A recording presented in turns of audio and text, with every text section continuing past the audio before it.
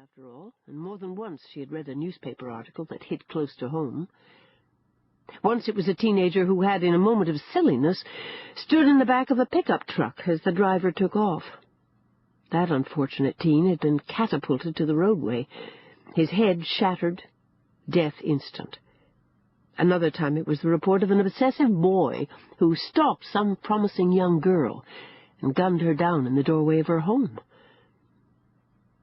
When Hannah's girls were little, other tragedies had jumped off the newspaper pages. The baby in San Diego who found his mother's button and choked to death while she chatted on the phone with her sister. The toddler who wandered out the back gate and was found hours later at the bottom of a neighbor's murky pool. It was always the same. Hannah would absorb the story, reading each word intently, and then for a moment she would imagine such a thing happening to her family. Better, she thought, to think it through. Play it out so that if she were ever the devastated mother in the sea of heartache that spilled from the morning news, she would be ready. There would be an initial shock, of course, but Hannah usually skimmed past that detail. How could one ever imagine a way to handle such news? But then there would be the reality of a funeral, comforting friends, and ultimately life would go on. To be absent from the body is to be present with the Lord. Wasn't that what they said? She knew this because of her faith. No, she would not be without hope, no matter the tragedy. Of course, these thoughts of Hannah's usually happened in less time than it took her to fold the newspaper and toss it in the recycling bin. They were morbid thoughts, she knew. But she was a mother, and there was no getting around the fact that somewhere in the world other mothers were being forced to deal with tragedy. Other mothers. That was the key. Eventually, even as she turned from the worn bin of yesterday's news and faced her day, Hannah relished the truth that those tragedies always happened to other mothers. They did not happen to people she knew, and certainly they would not happen to her. She prayed then, as she did at the end of every such session, thanking God for a devoted, handsome husband with whom she was still very much in love, and for two beautiful daughters, strong in their beliefs, and on the brink of sweet 16 parties and winter dances, graduation, and college. She was sorry for those to whom tragedy struck, but at the same time she was thankful that such things had never happened to her. Just to be sure, she usually concluded the entire process with a quick and sincere plea, asking God to never let happen to her and hers what had happened to them and theirs. In that way, Hannah Ryan had been able to live a fairly worry-free life. Tragedy simply did not happen to her. Would not.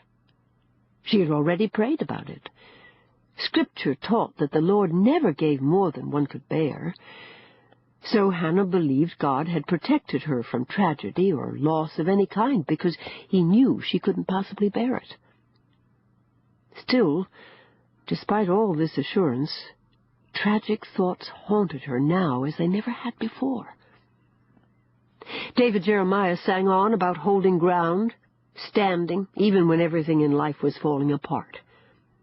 Hannah listened to the words, and a sudden wave of anxiety caused her heart to skip a beat. She didn't want to stand. She wanted to run into the streets and find them.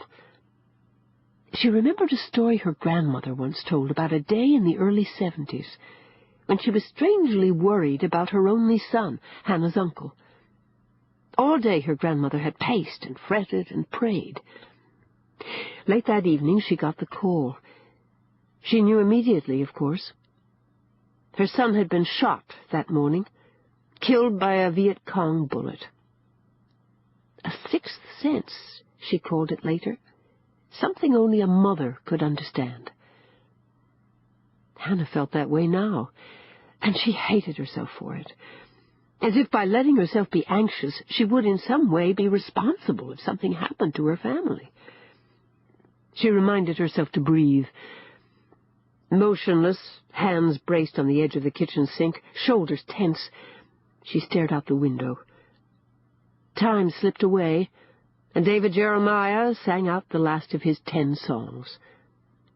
Lyrics floated around her, speaking of the Lord's loving arms, and begging him not to let go, not to allow a fall. Hannah swallowed and noticed her throat was thick and dry. 2 minutes passed. The song ended, and there was silence. Deafening silence. The sunlight was changing now, and shadows formed as evening drew near. In all ways that would matter to 2 teenage girls coming home from a mountain camping trip with her father, it couldn't have been a nicer day in the suburbs of Los Angeles. Bright and warm, a sweet, gentle breeze sifted through the still, full trees. Puffy clouds hung suspended in a clear blue sky, ripe with memories of lazy days and starry nights. It was the last day of a golden summer break. What could possibly go wrong on a day like this? Chapter 2. From Lamentations, Chapter 1, Verse 1. How deserted lies the city, once so full of people. Sunday before dawn. Long before the sun came up, Dr. Tom Ryan stirred from his rumpled sleeping bag and nudged the lumpy forms on either side of him. Psst! Wake up! 1 hour till sunrise. The sleeping figures buried themselves deeper in the down-filled bags, and one of them groaned, "Oh, Dad, let's sleep in." Tom was already on his feet, folding his sleeping bag in a tight Boy Scout roll and wrapping it with a nylon cord. He poked his toe first at one form, then the other, tickling them and evoking a giggle from the chief complainer. "Dad, stop!" "Up and at 'em. We have fish to catch." Alicia Ryan poked her head out of her bag. "We have enough fish." Tom was indignant. "Enough fish? Did I hear a Ryan daughter say we have enough fish? Never enough fish. That's our creed. Now come on, get up." More groans, and finally Jenny Ryan's mass of blonde curls appeared near the top of her sleeping bag. "Give it up, Alicia. You know how Dad is on the last day." "That's right." Tom was already pulling a sweater on. "The last day of the Ryan camping trip is famous for being the best day to catch fish." Alicia sighed and struggled to sit up. She reached for a rubber band and shook her thick brown hair, gathering it into a ponytail. At that hour, Cachuma Lake was cold and damp, and Alicia shivered as she pulled her sleeping bag around her shoulders once more. What time is it, anyway? Not important.